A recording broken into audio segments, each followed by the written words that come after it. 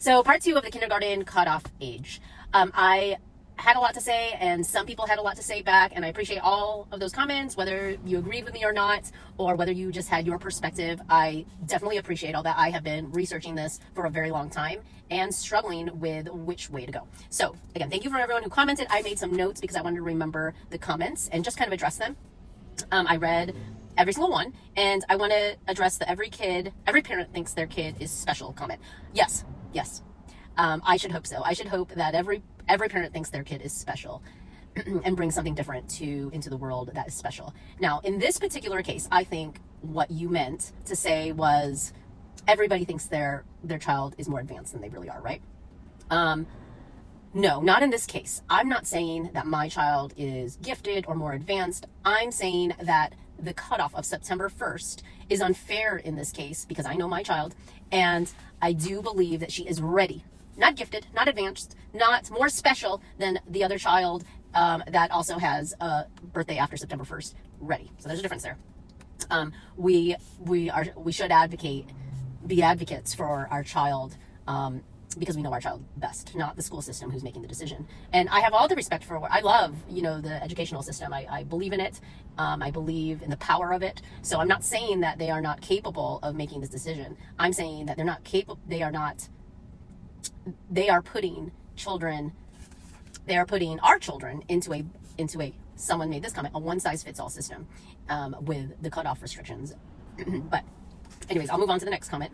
So the IEP argument. Again, this was a commenter who had said something like, of course they're going to allocate the resources to someone who might be struggling, because I had asked what is in place for those who aren't struggling, who needs either more stimulation. Now, I want to clarify that thought real quick. So I want to clarify, when I said IEPs are in place for those who are struggling, and what should it be, or what resources are in place for those who aren't struggling, I meant more for TKers. So, for example, my child is ready for kindergarten, in my opinion. And so the system wants to put her in TK first purely just because she doesn't make the cutoff. They don't want to assess her, whatnot, whatever. So I want to make absolutely sure that if I'm putting her in TK, that the teacher can say, hey, I actually think that, she's ready to go to kindergarten. And so it has nothing to do with the resources, because the resources are already there. The resources are already in place. For IEPs, for example, now I'm not poo-pooing anyone that needs more help. I have an 11-year-old who has an IEP, and it's amazing that he has that, and I appreciate that, and I'm very grateful that that's in place for him. But what now I've run into is, if my daughter goes into TK, does she just for a year not suffer, but is she behind when she really should be in kindergarten? And do the teachers have the ability to pull up, hey, you know what, she is ready for kindergarten, let's pull her up. And the superintendent said, absolutely, we have that.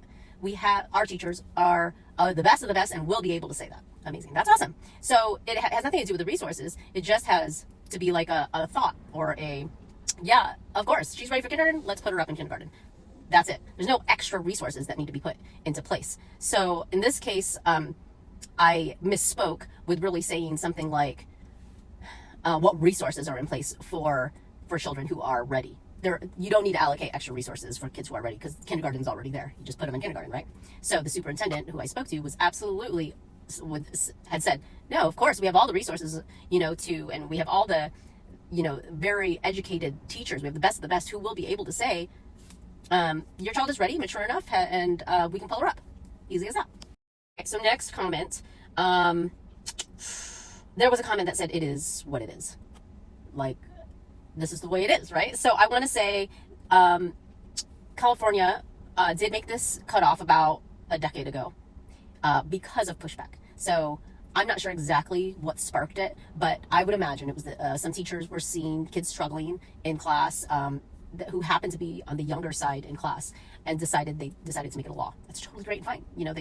They believed that it should be a law. Now, what I'm arguing is that every child is different, and just like they advocated for the majority, I'm advocating for, I don't want to say the minority, I'm advocating for the parent to be the people to make that decision. For example, someone had said, in Nebraska, the cutoff is such and such date, and she was totally fine with that. That's great. Amazing. you're good with it. That's totally fine. And in Michigan, the cutoff date, I believe, is also September 1st at the discretion of the parent. So they're saying, if you don't want to make a decision, if you don't know, we believe their birthday is not before September 1st, their 5th birthday is not before September 1st. Don't worry about it. In our research, in what we've seen, your child is probably not ready for kindergarten. However, if you think that it's that we are wrong in that and you know your child best, please write us a letter, find a waiver, let's petition. Your child can go to kindergarten. We will let you, as a parent, make the decision. I think that's amazing. I think that's a good law. I think that's a good policy. That's my opinion. So no, I don't think it is what it is. I think that rules and policies and laws, all these things become the way they are because someone spoke up. So I'm not saying I want to change the law. I'm just saying I think something should be adjusted, correct? Now, I figured it out. I'm doing what I'm going to do. But let me go back to, I think the last one I want to say,